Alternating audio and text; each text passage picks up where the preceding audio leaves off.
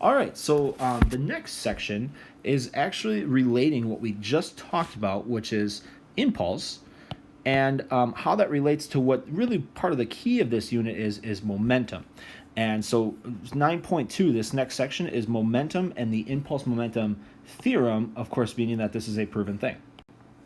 So my rhetorical question to you is, when a coach says that we need to keep our momentum, so you're playing a sport, you're doing whatever, the coach says we need to keep our momentum, what do they mean? It means that your team is doing something, it's doing something good, and you want to keep on that track. You don't want to change.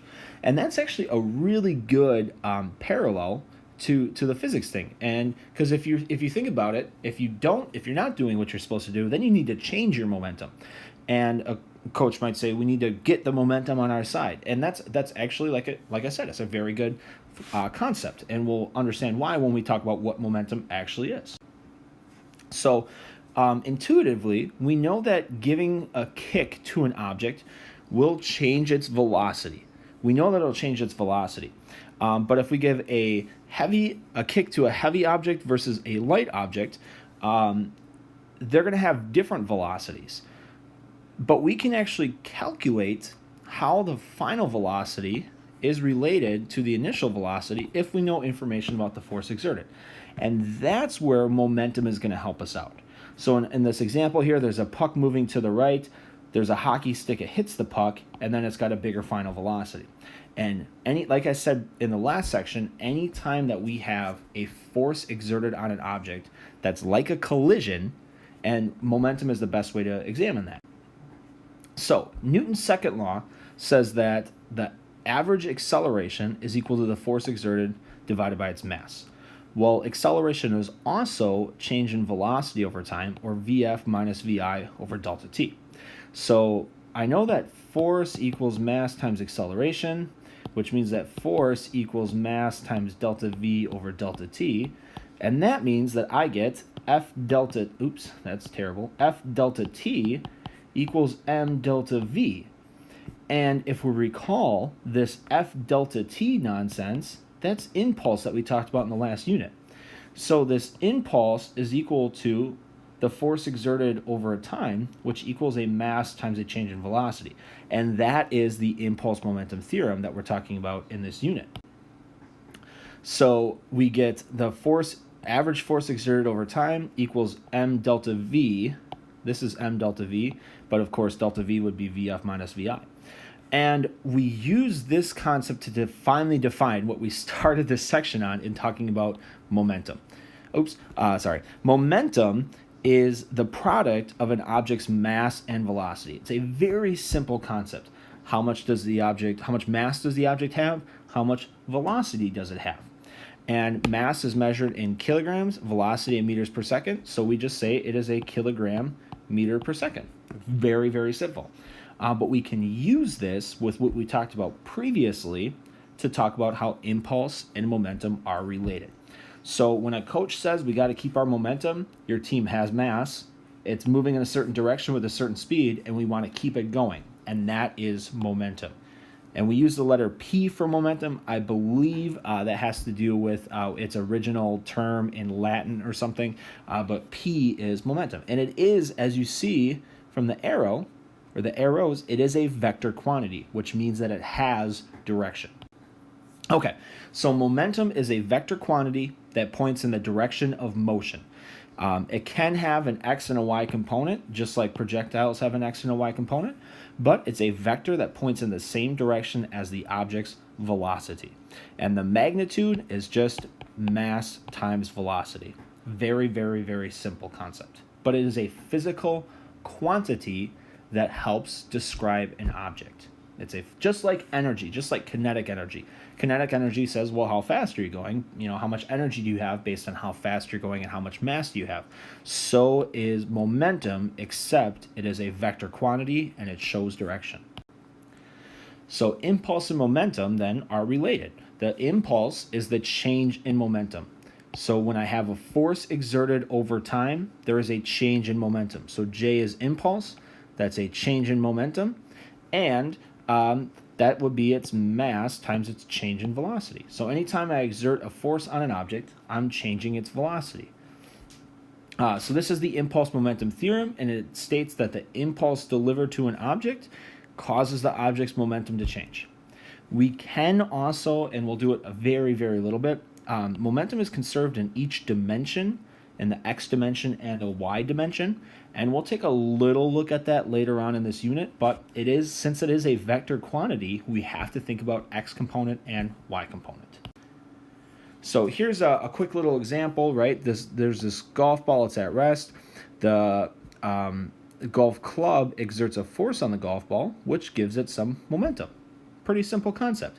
And in this case, that impulse is equal to the change in momentum, so the magnitudes of those vectors should be the same, because the initial momentum was 0. The golf ball was at rest. Now the next one's a little tougher. So the soccer player is playing soccer, and the soccer ball comes down. The soccer player exerts a force out and to the right, so it's an impulse because it's exerted over time. And there's some final momentum then, and again, the impulse is the vector sum of the two individual momenta. And the vector addition shows that the impulse is equal to the change in momentum. All right, so I got another quick check here, and it's a 2 kilogram object moving to the right with a speed of 0.5 meter per second, experiences the force shown. What are the object's speed and direction after the force ends? So here I have a positive graph, right? I have a positive area under the curve. 2 newtons times 0.5 second. This is 1 Newton second. So it increases 1 Newton second. So it's actually going to go faster, but still to the right. So I can get rid of C, I can get rid of B, and I can get rid of A. And how much it goes faster, right? Impulse equals the change in momentum. So if I have an impulse of 1 Newton second, momentum is mass times velocity. That means that if this equals m delta v, my mass was 2 kilograms, which means my delta v is going to be 0.5 meters per second. And this is a positive impulse, so I have answer D. It will be going 1 meter per second to the right. All right, here's another one. A force pushes the cart for 1 second, starting from rest. To achieve the same speed with a force half as big, what do I have to do with the force? What would I have to do with the time? So if I have a force exerted over 1 second, if I have half the force, because impulse is my change in momentum, which is my mass times my change in velocity, I'm going to need to push it for twice as long, and I'll push it for 2 seconds. So here's our first in-class, or another example problem that we'll do in class. We have a ball that's going against the wall. The wall exerts a force, and then the ball comes back. And then, so the question asks, what's the ball's change in momentum? So that's delta P equals m delta V. And what's the impulse delivered by the wall? So J, of course, would be the force exerted over time. I don't have any information about forces. I don't have any information about time. Okay, well, J is also equal to m delta V. So whatever we get for this first part, that is also the answer for the second part. But we'll take a look at that in class. So to kind of sum this up, the impulse momentum theorem tells us that the impulse of an object is the force exerted over time, which is that object's change in momentum, or PF minus PI. And our average force then is equal to our initial momentum exerted over time. So there's, if I'm stopping an object, for example, I have an inverse relationship of the force exerted over time. This tells us that if I look at J as F delta T, if I have to slow an object down, if I can increase the duration of that interaction, I will decrease the force. And this goes back to the concept of an egg thrown at a sheet versus thrown at a board, right? If I can increase the time of the interaction, I decrease the force. And also many utilizable applications such as car bumpers, right? So car bumpers are on your car. They're designed to compress. So when someone rear ends you, your car bumper compresses, and that increases the time of the interaction and then decreases the force that's exerted to you. So we see this all the time in real life, this concept of impulse and how it relates to changing velocity. All right, another quick check. A light plastic cart and a heavy steel cart are both pushed with the same force for the same amount of time starting from rest. How do their momentums compare?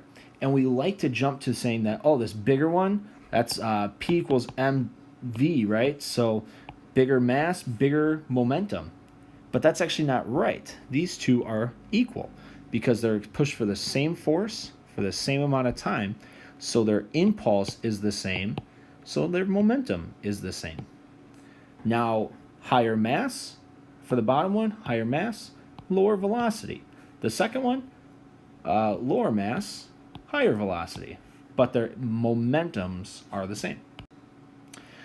I got another quick little conceptual example. This is a classic birthday party trick when you're like, 6. When you play water balloon catch. So you throw the water balloon and you throw an egg back and forth, and then every time you catch it, you take a step back. And you may have learned the hard way that you shouldn't catch it with your arms fully extended and just like stopping the object. Instead, you catch the balloon and you follow the balloon to the ground to slowly slow it down.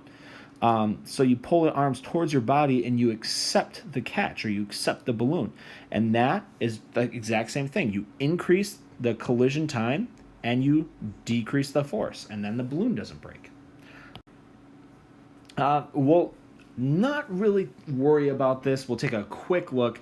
But momentum, again, is a vector quantity. So momentum can be acting in multiple dimensions.